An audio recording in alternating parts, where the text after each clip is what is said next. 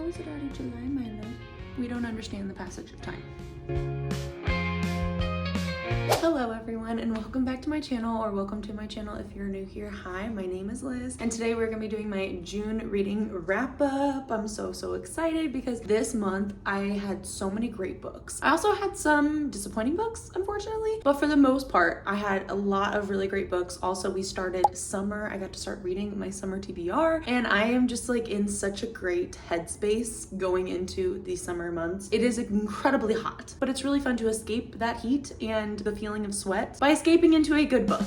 This month I was able to get through 11 books. A few were audiobooks, but for the most part I read these books physically. I just had a really fun time. So without further ado, let's get into the video. The first book I'm going to talk about today. This is one of those anticipated reads that I was mentioning how I was slightly disappointed with how the reading experience went, and that is The Poppy Fields by Nikki Erlich. If you don't know this author, she is the one who wrote The Measure, which I read a few years ago, and I absolutely loved it. I love how she writes about very controversial topics, and I feel like they're all really great book club discussions. I feel like you can find a character in one of her books that you resonate with, and it just leads to a really cool and intricate story. All these characters kind of intertwine, and I just love seeing that in her work. This story centers around four main characters, and in this world there is this treatment rehabilitation center called the Poppy Fields. It's like out in the desert in California. It's a very controversial treatment center, and basically what it is if you have experienced some form of loss and you are wanting to get over that, or you're trying to heal from it, then people will go to the Poppy Fields, and basically they put you in this deep sleep for 1 to 2 months. There is a catch. 1 in 4 people end up with this negative side effect, and this side effect is basically where you become completely numb towards the person that you lost, and so also like those memories, it kind of changes you, and not in a great way. You're following 4 main characters, like I said. 3 of them are people who are traveling to the Poppy Fields for various reasons, and one of them is actually the founder of the Poppy Fields herself. I thought it was really interesting getting to see her viewpoint of the Poppy Fields, as well as these 3 different strangers who all have very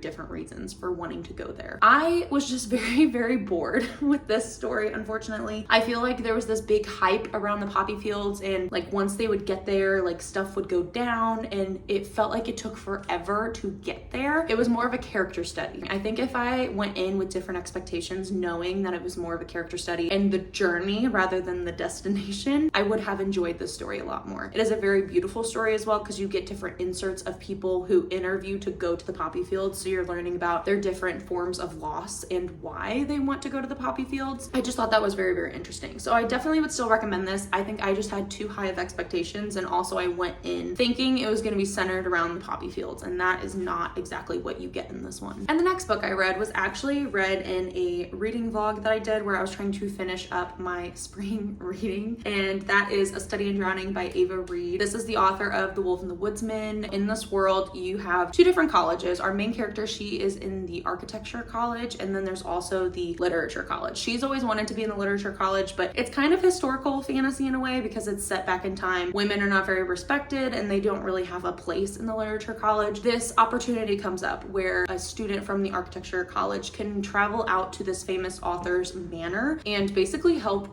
redesign and refinish his house. When she gets there though, there is a literature college student who is there for opposite reasons. He's there and he's trying to basically prove that her favorite author is a fraud and didn't actually write his stories. So they have very opposite views on this author. She was a very unreliable narrator because she has these visions or hallucinations, and she has to take this medicine to basically help her stay sane. So this whole time these weird things are happening on this estate, and you're questioning whether or not it's real or if she is telling the complete truth. That's all I'm gonna say, because I did talk about this a lot during my reading vlog. I really enjoyed the story. It's very immersive. I actually read this during a week where it was raining for like an entire week straight. It just feels very atmospheric. It feels very cold and wet and dark, and that was kind of like the perfect vibe for this book. I'm really excited to read the second book, which comes out this upcoming month. The next book that I read was actually for a book club that I am in, and that is The Incandescent by Emily Tesh. Look at how beautiful this cover is. I had very mixed feelings about this book. This story follows a professor professor at this school for magic. It's, I think, a college. I think it's college level kids. I actually really enjoyed seeing the school scenes where she is teaching these young adults and about magic. And basically this world, demons are a very real part of this world and have to be fought and kept at bay. And this professor, she is one of the strongest magicians at this college, and she is a big part of keeping the school safe. Demons are attracted to magic, they're attracted to power, and this school has a lot of it. So demons are flocking to the school all the time. And then you also have our other main character, Laura, who she is one of the wardens. Basically, she's like a guard, and she helps also with the demons and fighting them. But this book was very much dark academia. So if you enjoy dark academia, I would highly recommend this story. Her professor, she actually has this phoenix tattoo on her arm, which is a demon that she was able to attach to herself and use whenever she's fighting other demons. So it was very interesting. I thought the magic and the discussions that the students had about demons and about magic and like what is right and what is wrong, I thought those were very, very interesting. I did listen to this mainly as an audiobook, so some of the things that happened later on the story were a little harder for me to track. Probably would have rated it higher if I had read it physically. There was like a lot of weird transitions. I also thought the pacing was kind of odd because about a third of the way into this book, this really like climactic scene happens, and when I was listening, I thought I was getting close to the end of the book, but no, I still had like almost 60% of the book left. It had very odd pacing. It was like a weird flow throughout the story. I had a lot of mixed feelings about this one. The next book I read, I also read in that finishing up my spring TBR reading vlog, and that is Out of the Woods by Hannah Bonham Young. This is the author of Out on a Limb, a romance book that I absolutely love, and this is following some side characters from that book, so I really enjoyed getting to see past characters in this story. You're following two high school sweethearts who have been together for over half of their lives at this point. Our main character, she lost her mom at a pretty young age, and that has definitely impacted her up until this point. She's never really dealt with that grief and what that looks like in her life. At this point in time, she is an adult, and basically she's in this rut and she's trying to figure out who she is, also trying to live and have more independence while also still being around her husband because she loves him, obviously. In order to get their marriage back on track, they go to this kind of like wilderness retreat, but it's for couples. It's supposed to be like couples therapy the whole time. They are not outdoorsy people, so getting to see them kind of re-fall in love and rekindle their love was really nice to see, and I thought it was an interesting type of romance. Very different than what I have typically read in a romance book. Their communication was really bad at the beginning for people who've been together for like half of their lives, but then by the end I feel like they did fix that, so I appreciated that. I think this would be actually a great book for the summer. Honestly, it feels like going to a summer camp. And the last book that I read in that reading vlog is None of This Is True by Lisa Jewell. I really love Lisa Jewell's books. I feel like she does a great job with dark psychological thrillers, and this is it was her newest book. She just released another one, which I will be reading soon, hopefully. I've heard amazing things about this book. It's been on my TBR for a very long time now, and I'm glad I finally picked it up and read it. This story follows two different women. They meet at this bar, and they end up having the exact same birthday, where they were born in the same hospital on the exact same day, and they bond over this fact. One of our main characters, she is a famous podcaster, and then the other is just a mother, and she says, hey, I want to be on your podcast next, because this podcaster, she interviews very successful women who have had huge story arcs, and she basically tells her, I have a great story to tell. Throughout this story, I thought it was really interesting because it's told with different snippets of a documentary happening in between, so you know something went down between these women. You just don't know what, and you know it was something very horrifying. I thought the pacing was done really, really well, and I really enjoyed this one. I think this might be probably my second favorite Lisa Jewell book yet. The next book I read this month was Battle of the Bookstores by Ali Brady. As soon as I saw this book come out, I knew I had to read it because it just looked like the perfect summer read, and I was right. You're following two different booksellers. The girl, she actually runs like a literary fiction store, and then the guy in this book, he actually runs a romance bookstore, and they're neighbors. In between, there's like this coffee shop, and so the building owner of all three of these buildings comes to them at the beginning and says, hey, I am going to be knocking down all these walls, and I want to combine the two bookstores and keep the coffee shop in the middle. I will only have room for one manager. They are duking it out this summer, trying to see who can make the most sales. They butt heads from the very beginning. They have very opposite tastes in reading, and so I thought that was really fun to read about. It's very interesting to me that the guy was the one who ran the romance bookstore and the girl ran the more serious like literary fiction bookstore. It was fun seeing them battle it out and trying to host different events in their two stores while also like sort of sabotaging sabotaging each other during that whole process. And I also loved seeing them open up to each other and explaining their backgrounds, where they came from, why they like to read, what they like to read, and also seeing their customer interactions. I thought that was really sweet and just very wholesome. The next book, I actually listened to this as an audiobook, and that is Bury Our Bones in the Midnight Soil by V.E. Schwab. This is her newest release that just came out this past month. I actually went to an author event with her and it was amazing. I loved getting to hear her talk about the 3 different women you learn about in this book. You're following 3 different women, like I said, who are all in 3 different timelines. One timeline happens in like the 1500s, another is like the, I want to say 1800s, and then the third and final is like present day. All 3 women have different things in common. It is about vampires. So if you were not aware of that, this is about vampires. You get to see all 3 women, how their stories intertwine. Our main character, Alice, I'm gonna say main character just because she's in the present timeline and you get glimpses of her in between chapters like constantly throughout this book. So to me, she felt like more of the main character. However, Sabine, who's in the first time period, she also had so much character development in this book. Alice is a college student. She goes to a college party and she ends up having a one-night stand. She wakes up the next morning and she's dead and a vampire. And her one-night standee, I guess you would say, is long gone. And so she has a lot of questions. She's trying to figure out what happened, how did she turn into this, and trying to find answers. And so while that's happening, you keep flashing back to Sabine and how she becomes a vampire and her journey being a vampire, the people she meets. I thought the story was just really well done. The way it was all interwoven together with the 3 women. It definitely reminded me of like Wayward or Sirens by Amelia Hart. I wouldn't even call it a love story. I would just call this, I mean, V.E. Schwab said it best. She said it's just a story about hunger. The voice actors were great in the audiobook, so I highly, highly recommend this book. The next book I read, this is a part of my summer TBR and I was so excited to start reading those, and that is Problematic Summer Romance by Ali Hazelwood. In typical Ali Hazelwood fashion, I loved this book. I will continue reading every single book she writes. The story, you're following the younger sister of Eli, who is the main character in Not in Love, and it is an age gap romance between her and Eli's best friend. I'm not a fan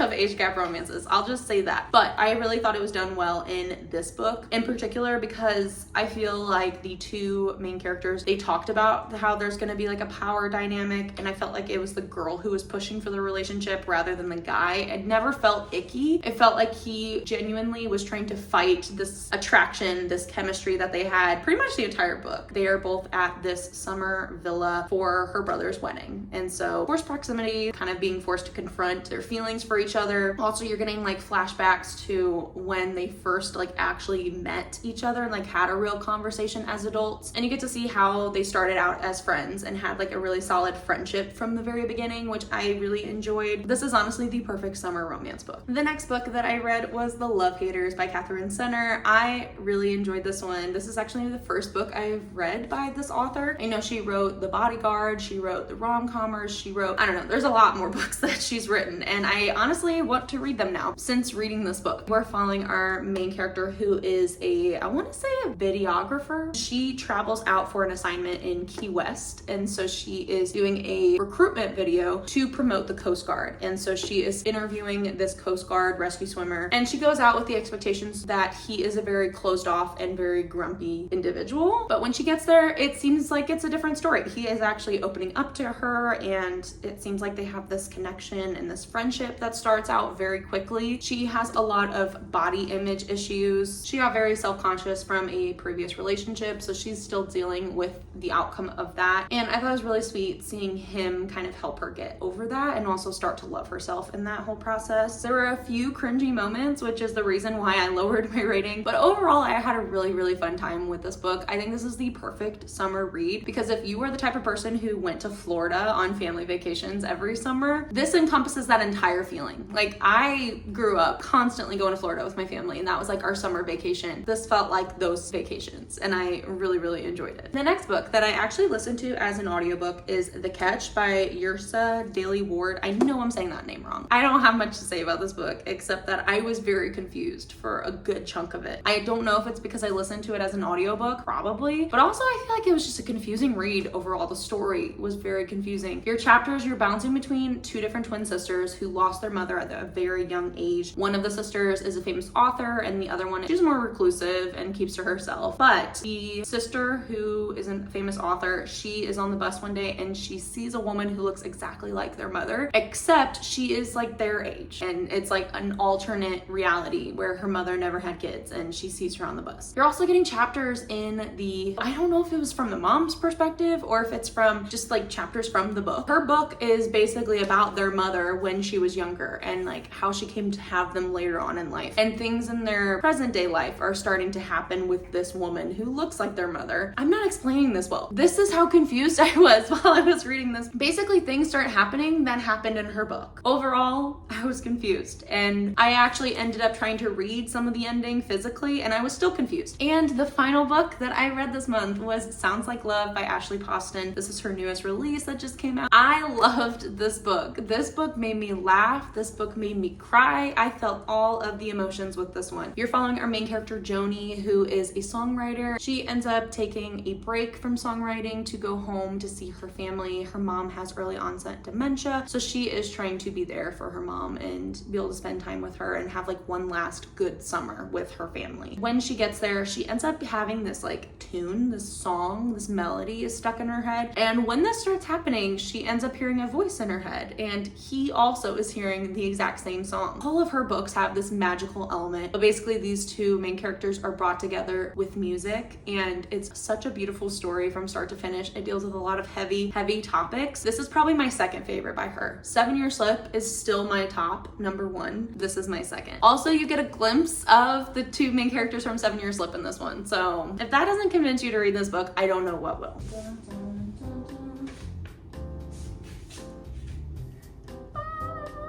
And that is gonna be it for today's video. Thank you guys so much for watching. I hope you enjoyed seeing my June wrap up and getting in to see all of the books that I've been reading / listening to this past month. I had so much fun in the month of June. I feel like we're officially in summer. It feels like summer. I am ready for all of these summery books. Once again, thank you guys so much for watching, and I will see you in my next video. Happy reading. Bye.